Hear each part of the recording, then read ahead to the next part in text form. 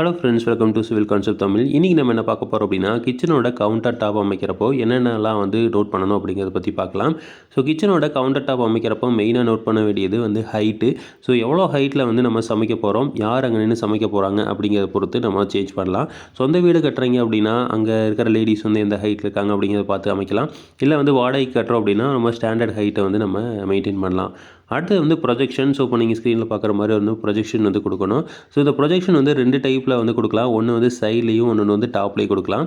So சைடில் கொடுக்குற projection எதுக்காக அப்படின்னா, தண்ணி இருந்தது அப்படின்னா அதை வளைஞ்சு கீழே விழுகாமல் இருக்கிறதுக்கு இந்த மாதிரி ஒரு ப்ரொஜெக்ஷன் கொடுக்கலாம். ஸோ அதை நேர் சிங்குக்கு கொண்டு போகிற மாதிரி நம்ம வாட்டர் கொடுத்து பண்ண முடியும். ஸோ இதே சைடில் எதுக்காக நம்ம ப்ரொஜெக்ஷன் கொடுக்குறோம் அப்படின்னா, கபோர்டு அடித்தோம் அப்படின்னா அந்த சைடில் ப்ரொஜெக்ஷன் கொடுக்கல அப்படிங்கிற பட்சத்தில் கபோர்டு வெளியே இருக்கிற மாதிரி இருக்கும். இல்லை அந்த கபோர்டு இன்ஸ்டாலேஷனுக்கு ப்ராப்ளம் வரும். இதே நம்ம கிச்சன் கட்டுறப்பவே கபோர்டு எல்லாமே பண்ணிடுறோம் அப்படிங்கிற பட்சத்தில் பிரச்சனை இல்லை. ஒருவேளை ஃபஸ்ட்டு கட்டி முடிச்சுட்டு கொஞ்ச நாளுக்கு அப்புறம் கபோர்டு ஒர்க்லாம் பண்ணுற மாதிரி இருந்ததுன்னா கொஞ்சம் வெளியில் நீட்டி விட்டுருந்தீங்கன்னா தான் அது நீட்டாக இருக்கும். அதே மாதிரி கிச்சனுக்கு கீழேயும் பார்த்திங்க அப்படின்னா அந்த கவுண்டர் டாப்புக்கு கீழே நம்ம ஒரு சின்ன ப்ரொஜெக்ஷன் கொடுத்துருக்கணும்.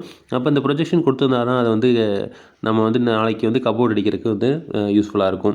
அடுத்து சிங்க்கு. ஸோ சிங்க்கு நம்ம எந்த மாதிரி சிங்க்கு யூஸ் பண்ணுறோம் அப்படிங்கிறத பொறுத்து நம்ம நிறைய மெட்டீரியலில் சிங்க் இருக்குது. ஸோ அந்த மாதிரி ஏதோ சிங்க்கு வாங்கி வைக்கிறோமா, இல்லை கவுண்டர் டாப்பில் நம்ம காங்க்ரீட் போடுறப்பவே காங்க்ரீட் போட்டு அதில் கிரைனைட்டோ டைல்ஸோ ஓட்டுறோமோ அப்படிங்கிறத பொறுத்து பார்க்கலாம்.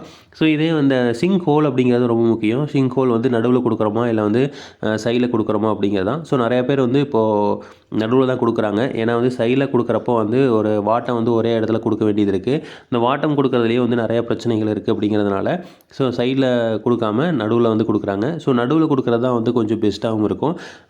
ஒரு சில பேர் சைடில் கொடுக்குறாங்க. ஏன்னா நிறையா பாத்திரங்களை வச்சா இந்த ஹோல்ஸ் அடைச்சிக்குது அப்படின்னு கொடுக்குறாங்க. பட் வாட்டம் கொடுக்குறதுல நமக்கு ப்ராப்ளம் வரும். ஸோ அதனால் சிங்க் ஹோல் நடுவில் கொடுக்குறது பெஸ்ட்டு. அந்த சிங்க் ஹோலுமே டைல்ஸை நம்ம கிரைனைட் ஓட்டுறோம் அப்படிங்கிற பட்சத்தில் 4 இதாக ஒரு ட்ரையாங்கிள் மாதிரி ஷேப்பில் பண்ணி அதுக்கு எல்லாமே வாட்டம் கரெக்டாக கொடுக்கணும். அப்போ தான் தண்ணி கொஞ்சம் கூட தேங்காமல் அங்கே போயிடும். அடுத்து நம்ம கவுண்டர் டாப்புக்கு மேலே என்ன ஒட்டுறோம், கிரைனைட் ஒட்டுறோமா டைல் ஒட்டுறோமா அப்படிங்கிறத பார்க்கணும். ஸோ மெயினாக ஒட்டுற டைல்ஸ் பிளைனாக இருக்கிறது பெஸ்ட்டு. செல்ஃப் டிசைன் இருந்தால் ஓகே. இந்த பேட்டன்ட் டைல்ஸ் எல்லாம் ஒட்டாமல் இருக்கிறது நல்லது. ஏன்னா கிச்சன் அப்படிங்கிறப்போ நமக்கு நிறையா கரையெல்லாம் பிடிக்கிறதுக்கு வாய்ப்பு இருக்குது. ஸோ அதில் நம்ம பேட்டன் டைப்லாம் ஒட்டிட்டோம் அப்படின்னா அந்த சின்ன சின்ன கேப்லாம் அந்த எண்ணெய் பிசுக்கெல்லாம் போயிடும். ஸோ அதை க்ளீன் பண்ணுறதுக்கு ரொம்ப சிரமமாக இருக்கும். ஸோ அதனால் நம்ம கண்டிப்பாக இந்த பேட்டன் டைப்லாம் ஒட்டக்கூடாது. செல்ஃப் டிசைனில் என்ன மாதிரி இருந்தாலும் ஓகே, அதை மாதிரி ஒட்டிக்கலாம். ஸோ மெயினாக கிச்சனில் இந்த கவுண்டர் டாப் ரொம்ப முக்கியம். ஏன்னா அதை ஆல்டர் பண்ண முடியாது.